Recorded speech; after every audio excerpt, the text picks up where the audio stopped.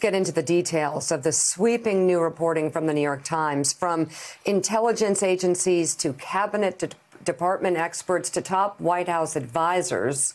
The paper's examination found, quote, the president was warned about the potential for a pandemic, but that internal divisions, lack of planning, and his faith in his own instincts led to a halting response. In short, Trump was warned by, quote, the very people in his government whose expertise and long experience might have guided him more quickly towards steps that would slow the virus and likely save lives. The paper begins in early January. Deputy National Security Advisor Matthew Pottinger was rattled by a call with a Hong Kong epidemiologist who bluntly warned him a ferocious new outbreak had emerged in China. It had spread far more quickly than the government was admitting to, and it wouldn't be long before it reached other parts of the world. It was one of the earliest warnings to the White House, and it echoed the intelligence reports making their way to the National Security Council. The more specialized corners of the intelligence world were producing sophisticated and chilling warnings. At the same time, the paper reports, in a report to the Director of National Intelligence, the State Department's epidemiologist wrote in early January that the virus was likely to spread across the globe and warned that the coronavirus could develop into a pandemic. Working independently, a small outpost of the Defense Intelligence Agency, the National Center for Medical Intelligence, came to the same conclusion. Within weeks after getting initial information about the virus early in the year, biodefense experts inside the National Security Council, looking at what was happening in Wuhan, started urging officials to think about what would be needed to quarantine a city the size of Chicago. But even as HHS Secretary Alex Azar first briefed the president on the potential seriousness of the virus during a January 18th phone call, Trump projected confidence. Are there words about a pandemic at this point? No, we're not at all, and we have it totally under control. It's one person coming in from China, and we have it under control. It's going to be just fine. January 27th, a National Security Council meeting in the Situation Room was jolted when Stephen E. Biegun, the newly installed Deputy Secretary of State, announced plans to issue a Level 4 travel warning, strongly discouraging Americans from traveling to China. The room erupted into bickering. In late January, the president was told at the time about a January 29th memo produced by his trade advisor, Peter Navarro, laying out in striking detail the potential risks of a coronavirus pandemic, as many as 500,000 deaths and trillions of dollars in economic losses. Trump denied ever seeing it. Did you see these memos that reportedly Peter Navarro wrote back in January? When did you see them, and how does these memos sort of square with what you've often said, that nobody could have predicted this? It sounds like he was predicting it. I didn't see him, but I heard he wrote some memos talking about pandemic. Yeah, he said I never read them. January 30th, then acting White House Chief of Staff Mick Mulvaney and Secretary Azar called Trump aboard Air Force One as the president was making the final decision to go ahead with the restrictions on China travel. Azar was blunt, warning that a virus could develop into a pandemic and arguing that China should be criticized for failing to be transparent. Stop panicking, Mr. Trump told him. January 31st, the limits on travel from China were publicly announced. But the Times found that nearly 40,000 Americans and authorized travelers have come into the U.S. from China since Trump imposed those restrictions. February 13th, Secretary Azar announced a plan to repurpose a flu surveillance system in 5 major cities to help track the virus among the general population. The effort all but collapsed even before it got started, as Mr. Azar struggled to win approval for $100 million in funding, and the CDC failed to make reliable tests available. February 21st, the White House Coronavirus Task Force gathered. Among the questions on the agenda, when should it be recommended that Trump take textbook mitigation measures, such as school closings and cancellations of mass gatherings? The group concluded they would soon need to move forward with aggressive social distancing, even at the risk of severe disruption to the nation's economy and the daily lives of millions of Americans. February 23rd.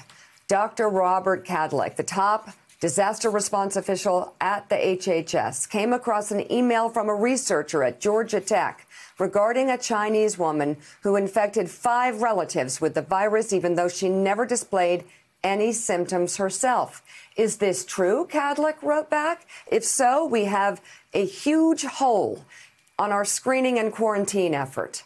The blunt reply: people are carrying the virus everywhere. The very next day, Dr. Kadlec, the top disaster response official at HHS, along with the rest of the task force, decided to present Mr. Trump with a plan titled 4 Steps to Mitigation, telling the president that they needed to begin preparing Americans for a step rarely taken in United States history. But the next several days, a presidential blow-up and internal turf fights would sidetrack such a move. By the 3rd week in February, the administration's top public health experts concluded they should recommend to Mr. Trump a new approach that would include warning the American people of the risks and urging steps like social distancing and staying home from work. But the White House focused instead on messaging, and crucial additional weeks went by before their views were reluctantly accepted by the president, the time the virus spread largely unimpeded. March 16th, even as Trump announced 2 weeks of new social distancing guidelines, the subsequent economic disruptions were so severe that the president repeatedly suggested that he wanted to lift even those temporary restrictions. He frequently asked aides why his administration was still being blamed in news coverage for the widespread failures involving testing, insisting the responsibility had shifted to the states. Wow. Let's bring in investigative reporter with the New York Times, who is one of the few reporters on this expansive piece. A lot of different sources and a lot of different folks working on this. Thank you so much for joining us. We're really appreciating this reporting. It is so step by step by step by step. It lays out the many different warnings. So, Eric, thank you. Eric Lipton, thank you for being with us, New York Times. I guess the takeaway is you look and you see that the National Security Council, especially Matthew Pottinger, very concerned, the State Department, the Pentagon, the National Security Council, as I said before, of course, the CDC, the HHS, all of these agencies and the Trump administration knew about what was going on in China and were fearful that a full-blown pandemic could explode. And that was in early January. What did your reporting find the biggest obstacle was from them being able to turn those fears and concerns of the coming pandemic in early January into policy that could have saved so many Americans' lives? I think that there's a lot that happened here that sort of tells us about the Trump administration, things that we've known for several years now, but we haven't had a crisis that was going to test this administration in the way that this has.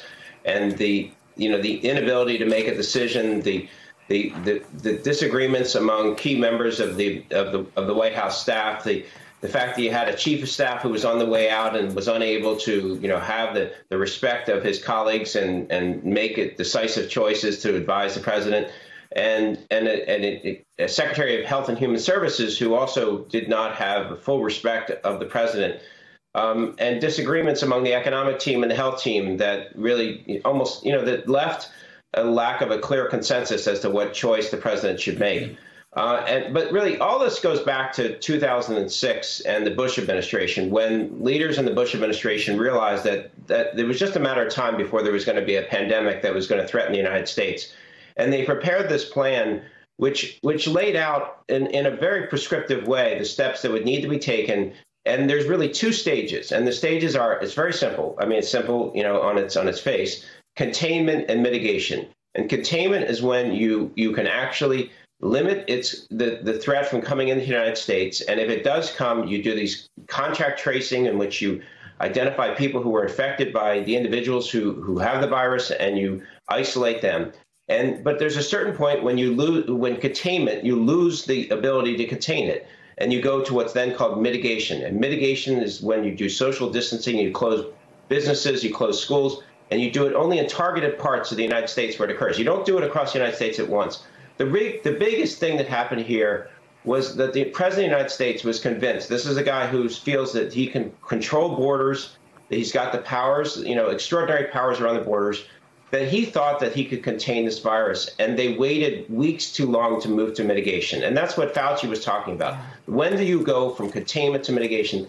The scientists know that you have basically 2 weeks from the point of your first death or a certain number of cases of the virus confirmed in a community to switch to mitigation.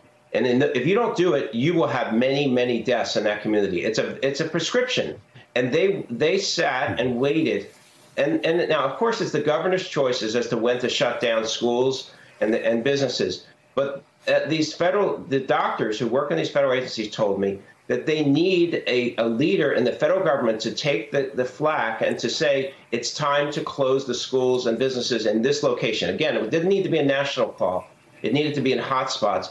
And they needed the cover from a federal official, from a surgeon general, from a president, from someone at NIH or the CDC. Because the governors are in a difficult place. Right. Well, so help me out as far as the communication inside the White House goes. So in early January, looking at your article, the National Security Council, the State Department, the Defense Intelligence Agency, the Pentagon, the CDC, Department of Health and Human Services, the intel community, everybody knew about this. The president was getting it in his daily briefings, starting most likely, I guess, around January 6th or so. And yet the first we hear of anybody communicating with the president verbally by phone was Alex Azar on the 18th of January. Was that the first time the president would take anybody's call on the coronavirus, or had he spoken with anybody before that? I mean, that's hard to know for sure. That's the first time that we're aware of. But there's no question that the people in the national security staff were discussing this from early January and probably late in late December. And as to when the first explicit conversation is, that's the date that we have. And I mean, in January, it was a matter of this is a pandemic. It was spreading at an incredibly rapid rate. It was essentially all but certain it was going to come to the United States, and there was going to be spread in the United States. The real question, in my mind, for January is at that point, they knew that they were going to have shortages of PPE, mask, and they knew that there was going to be hospital bed shortages that were likely going to occur. They knew that that ventilators, they could have been thinking about ventilators. They could have started the acquisition process in January for personal protective equipment. That was a critical thing they could have done. What's the status of our supply chain? How sufficient is the stockpile? Those are things that they waited until March to really get started on. They didn't make any significant orders until March. And that's a long time to have not. Now, at that point in January, they did not know how wide the spread would be in the United States, but it was essentially a foregone conclusion that there was this was coming to the United States and people were going to be sick and some people were going to die. All right, Eric Lipton, thank you very, very much for your extensive reporting. What an important article. When thank you read so about much. the bickering. Thanks for checking out MSNBC on YouTube, and make sure you subscribe to stay up to date on the day's biggest stories. And you can click on any of the videos around us to watch more from Morning Joe and MSNBC. Thanks so much for watching.